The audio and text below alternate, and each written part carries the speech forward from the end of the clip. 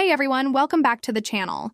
Today, we're diving into a topic that's been making some waves in the housing market discussion, the 50-year mortgage. You've probably heard of the standard 15-year and 30-year mortgages, but 50 years? Is it a brilliant solution to housing affordability or a financial trap in disguise? Let's break it down and compare it to the trusty 30-year mortgage that so many of us are familiar with. First, let's get the basics straight. When you get a mortgage, you're borrowing a large sum of money to buy a home, and you agree to pay it back over a set period called the term. The most common term in the United States has been 30 years. This term length became popular because it struck a balance. It spread the huge cost of a house over a long enough period to make the monthly payments manageable for the average family, while still allowing them to build equity and eventually own their home outright. So, why the sudden talk about a 50-year mortgage? The main driver is the affordability crisis. Home prices have soared, and with interest rates climbing, the monthly payment for a 30-year mortgage on an average home has become out of reach for many people. The core idea behind a 50-year mortgage is simple. By stretching the loan out over an even longer period, the monthly payments would theoretically be lower. For someone struggling to qualify for a loan or to make the monthly payments, this might sound like a dream come true. A lower payment could be the difference between getting into a home and being stuck renting. But here's where we need to pull out the calculator and look at the numbers closely. Let's use an example. Say you want to borrow $400,000 for a house. For simplicity, let's assume a fixed interest rate of 6%. With a 30-year mortgage, your monthly principal and interest payment would be about $2,398. Over the life of that 30-year loan, you'd pay a total of around $863,000. That's $400,000 in principal and a whopping $463,000 in interest. Yes, you pay more in interest than the original loan amount. That's how mortgage lending works. Now, let's apply that same $400,000 loan and 6% interest rate to a 50-year mortgage. The monthly payment would drop to about $2,058. That's a savings of roughly $340 a month. For many households, $340 is significant. It could cover a car payment, groceries, or childcare costs. On the surface, this looks like a win. It makes homeownership more accessible. However, and this is a massive however, let's look at the total cost. With the 50-year mortgage, you're making those payments for an extra 20 years. When you do the math, the total amount you'd pay over the 50-year term is a staggering $1,235,000. Let me repeat that, over $1.2 million. The total interest you'd pay is around $835,000. Let's compare those interest figures side by side. With the 30-year loan, you pay $463,000 in interest. With the 50-year loan, you pay $835,000 in interest. That's an extra $372,000 in interest payments just for the privilege of having a $340 lower monthly payment. You're basically paying the price of a whole other house in extra interest just to extend the loan by 20 years. When you look at it that way, the small monthly savings seem a lot less appealing. Another huge factor to consider is building equity. Equity is the portion of your home that you actually own. It's the difference between your home's market value and the amount you still owe on your mortgage. Building equity is one of the primary ways families build wealth in America. When you have a longer loan term, you build equity much slower. Think about how mortgages work.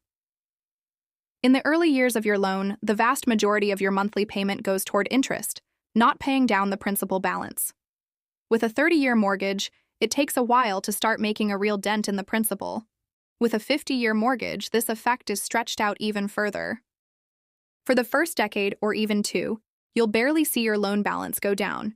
You'll be making payments month after month, but you'll own very little of your home. Let's go back to our $400,000 loan example. After 10 years of payments on the 30-year mortgage, you'd have paid down about $53,000 of your principal. So you'd have that much in equity, plus any appreciation in the home's value.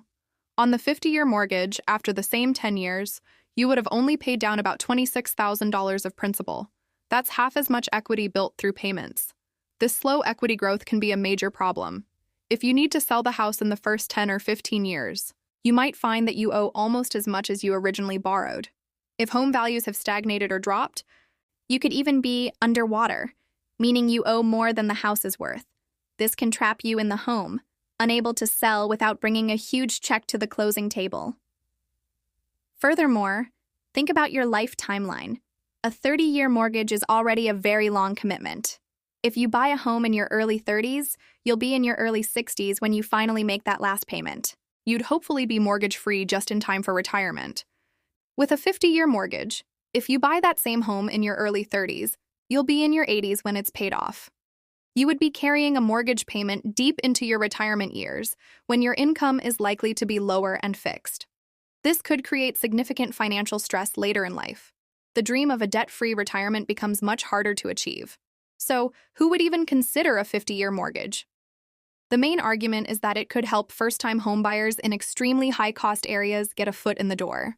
The idea is they could get the loan, enjoy the lower payment for a few years, and then, once their income increases or interest rates drop, they could refinance into a shorter-term loan, like a traditional 30-year mortgage. It's seen as a temporary tool, not a lifelong commitment. But this strategy has risks. There's no guarantee that your income will go up. There's no guarantee that interest rates will go down.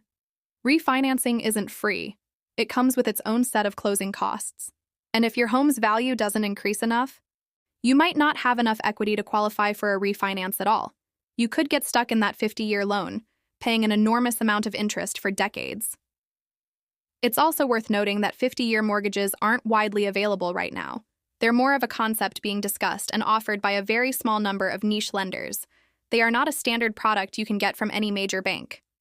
The government-backed entities that support most of the U.S. mortgage market, Fannie Mae and Freddie Mac, don't currently buy 50-year loans, which limits their availability.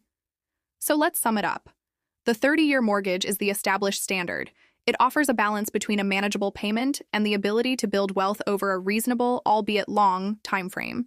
The 50-year mortgage, on the other hand, is a new idea aimed at tackling the immediate problem of high monthly payments. The pros?